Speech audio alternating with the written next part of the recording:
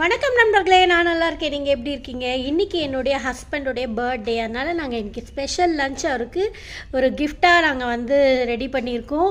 அவருக்கு பிடிச்சதெல்லாம் செஞ்சுருக்கோம். இங்கே பாருங்கள், சுட சுட சாப்பாடு, அதுக்கப்புறம் சூப்பரான சாம்பார், கத்திரிக்காய், முருங்கைக்காய், மாங்காய் போட்டு செஞ்சது. இங்கே பாருங்கள், அருமையான மட்டன் கிரேவி குழம்பு எதுனாலும் செஞ்சுக்கலாம், சூப்பராக இருக்குது. அருமையான ஷீலா மீன் குழம்பு செஞ்சுருக்கேன். அதுக்கப்புறம் ரசம், பருப்பு ரசம், எப்பவுமே வைக்கிற மாதிரி இல்லாமல் பருப்பு ரசம் வச்சுருக்கேன்.